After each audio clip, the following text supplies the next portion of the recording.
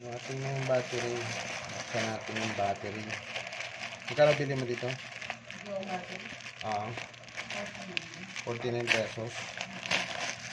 Kakaiba tong battery na to. Battery siya ng alarm. Doorbell. Hindi siya AAA, hindi rin siya AA. Maliit siya sa 12 volts siya. Maliit. Ilang binili mo? Ito yung ba't na ganito? Hindi, pang regalo. Meron kasi ako tingin kasi yung 1.5. Magkano naman to? 25 pesos lang. Ito lahat? 25 pesos. Mga relo ng high battery na relo. Ito, 12 volts siya. Alkaline. Ang lupit, ang liit. 12 volts. Tapos 23 ampere na siya. 3 years din natin nagamit. Ang taas. Bibili pa naman sana ako nito. Kaantok. Bibili sana ako. Magkano to? 15 pesos. 8. Pesos o 12 mga ganun. Babasag to pag nakapakan. Tapos, ano to? Bra? Sa bra?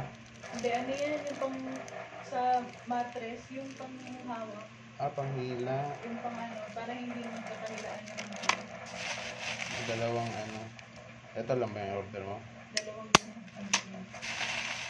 Wala na. Kasi ito 49. Kakaiba yung mother. Try natin ikabit. Kabit natin. Ito yung sa doorbell. Yung tumutunog kasi nakasaksak naman siya sa kuryente. So ito lang yung nalubat. Yung remote. Tayo sa baba. Putol. Kapas pala siya. Pag binili mo isa yun, 23 pesos. Isang piraso. Mahal to eh. Mga ganito kasi hindi mo siya mahanap basta-basta. Pero mo, 12 volts siya for 23 ampere. Ang lakas na ito. 3 years din, no? 3 years din yung niya, lifespan. Pero yun, original yun. Ito kaya hindi natin alam. Kamukha lang. Bakit magkamukha lang naman. Ang liit niya talaga. Ito kasi yung ito yung AAA. Ito siya. Tama naman yung yung difference niya.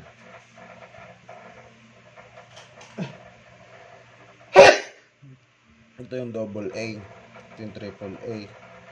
Ito siya, ang liit. Hindi mo ito mahanap sa mga tinda-tindahan lang.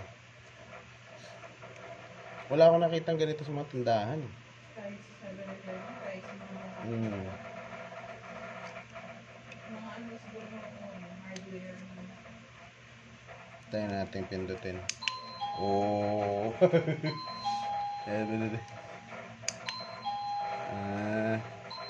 Kailangan niya siguro talaga malakas na voltahe kasi dahil dun sa transmitter. Somehow kasi yung transmitter kasi yung frequency niya kailangan it requires a lot of power. Yan yung parang naalala ko noon. Gumagawa kami ng transmitter. So cover na natin siya. So, magana na yung ating Hindi tayo tumambay sa taas. Hindi na tumambay sa taas. Hirap kasi pag walang doorbell, hindi mo maririnig pag may kumakatok. Yan. So ito ay na natin, glue stick na lang natin dun sa labas.